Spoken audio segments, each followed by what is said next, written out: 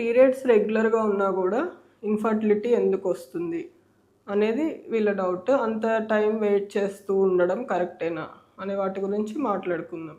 జనరల్గా ఏంటంటే లేడీస్లో ఓవ్యులేషన్ కరెక్ట్గా అవుతుందా లేదా అనే దాన్ని బట్టి, నెక్స్ట్ ట్యూబ్స్ కూడా ఓపెన్ ఉన్నాయా, ఇంకా లైనింగ్ ఎండోమెట్రియల్ లైనింగ్ కరెక్ట్గానే ఉందా, ఈ ఫ్యాక్టర్స్ని బట్టి ప్రెగ్నెన్సీ అనేది డిపెండ్ అవుతుంది. దాంతోపాటు మేల్లో అయితే సెమెన్ టెస్ట్ నార్మల్ ఉందా లేదా అనేది కూడా చూస్తాము.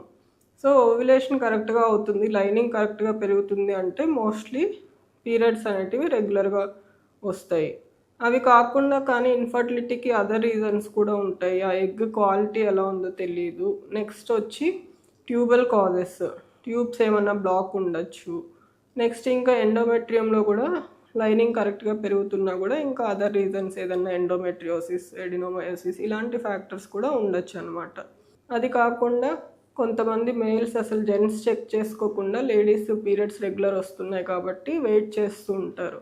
సో ఒక్కొక్కసారి సెమెన్ అనాలిసిస్లో కూడా కౌంట్ తక్కువ ఉండడం, మొటిలిటీ తక్కువ ఉండడం, ఇలా కూడా రీజన్స్ ఉంటాయి. వన్స్ కన్సీవ్ అయిన తర్వాత అది న్యాచురల్గా కానీ ఏమన్నా ట్రీట్మెంట్స్ వాడినా కూడా స్పాంటేనియస్ కన్సెప్షన్లో కూడా ఏంటంటే మేడం స్కాన్స్ అవసరమా, డైరెక్ట్గా 5th మంత్ స్కాన్ ఒకటే సరిపోతుంది కదా, ఇన్ని స్కాన్స్ ఎందుకు అని అడుగుతూ ఉంటారు. గైడ్లైన్స్ ప్రకారం ఏంటంటే అట్లీస్ట్ మినిమం 3 స్కాన్స్ ఉండాలి. ఫస్ట్ ఇది dating scan, second one is NT scan, third one వచ్చేసరికి టిఫా స్కాన్ అనమాట, 4వది వచ్చేసరికి గ్రోత్ స్కాన్. ఈ 4 స్కాన్స్ అనేవి బెటర్ చేయించుకోవటం and also it is mandatory.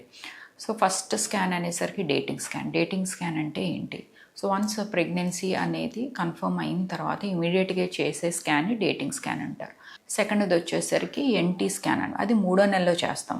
ఈ 3 కండిషన్స్లోని బేబీకి అబ్నార్మాలిటీస్, హార్ట్ ప్రాబ్లమ్స్ ఉండే ఛాన్సెస్ ఉంటాయి, తర్వాత లో ఐక్యూ ఉండే ఛాన్సెస్ ఉంటాయి, అలాగే స్పీచ్ కానీ డిసెబిలిటీస్ అనేది ఎక్కువ ఉంటాయి. సో వాళ్ళ యొక్క లైఫ్ స్పాన్ కూడా కొంచెం తక్కువ ఉంటుంది అండ్ వాళ్ళకి ఎప్పుడు సపోర్ట్ అనేది చాలా అవసరం అనమాట. సో యాక్చువల్గా ఏంటంటే ఐవీఎఫ్ అనే కొంతమందికి అసలు ఏంటి అనే డౌట్ ఉంటుంది. సో ఈ ఐవీఎఫ్లో యాక్చువల్గా ఏంటి అని అంటే ఇంజెక్షన్స్ ఒక 10 to 12 days వరకు ఇంజెక్షన్స్ ఇస్తూ ఫాలికల్స్ కరెక్ట్గా పెరుగుతున్నాయా లేదా అని స్కాన్స్ అనేది చేస్తాం. సో రెగ్యులర్గా ఆ సైజెస్ పెరుగుతున్నాయా లేదా, ఆ ఇంజెక్షన్ డోసెస్కి మన బాడీ సహకరిస్తుందా లేదా అని చూసుకోవడానికి బ్లడ్ టెస్ట్తో పాటు ఐవీఎఫ్ చేసేటప్పుడు స్కాన్స్ కూడా చేస్తామన్నమాట. ఒక 36 hours అంటే 36 గంటల తర్వాత ఆ ఎగ్స్ అనేది మనం కలెక్ట్ చేసుకుంటాం ఓవరీస్ నుంచి. ఆ ఎగ్స్ని కలెక్ట్ చేసిన తర్వాత భర్త కణాలను తీసుకొని వాష్ చేసిన తర్వాత మంచిగా ఉన్నాయా లేదా అని మైక్రోస్కోప్ కింద చూసి వాటిని ఇంజెక్ట్ చేశాక గర్భసంచిని మనము పొరని బాగా ఇంక్రీజ్ చేసి 8 mm వరకు పొరని ఇంక్రీజ్ చేశాక ఆ బేబీస్ అతుక్కునే టైంలలో మనం పెడతాం అనమాట. థ్యాంక్ యూ అండి. సో ఈరోజు నేను మీతో ఫాలిక్యులర్ స్టడీ గురించి చెప్తాను. అసలు ఈ ఫాలిక్యులర్ స్టడీ మనం ఎవరికి చేస్తాము, ఎలా చేస్తాము, ఎన్ని స్కాన్స్కి పేషెంట్ రావాల్సి ఉంటుంది, అదంతా డిస్కస్ చేద్దాము.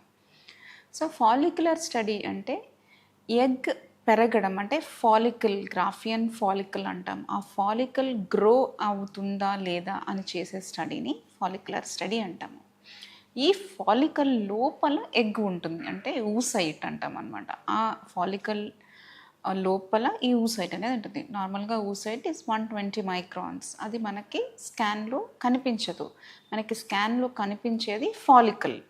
సో ఆ ఫాలికల్ గ్రో అవుతుంటే యూసైట్ కూడా దాంతోపాటు గ్రో అవుతుంది కాబట్టి ఇంటరిమ్గా అది గ్రో అయితే ఇది కూడా గ్రో అవుతుందని మనం అండర్స్టాండ్ చేసుకునే దాన్ని మానిటర్ అనేది చేస్తామన్నమాట.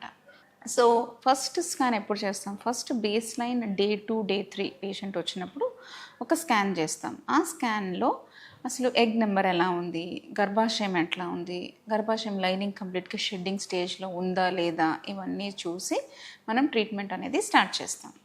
తర్వాత పేషెంట్ని డే 7, డే 8 అలా పిలుస్తాం. పిలిచిన తర్వాత అసలు ఎగ్ గ్రోత్ సెలెక్షన్ అనేది స్టార్ట్ అయిందా, ఎగ్ గ్రోత్ ఒక డామినెంట్ ఫాలికల్ అనేది స్టార్ట్ అయిందా అనేది చెక్ చేస్తాం.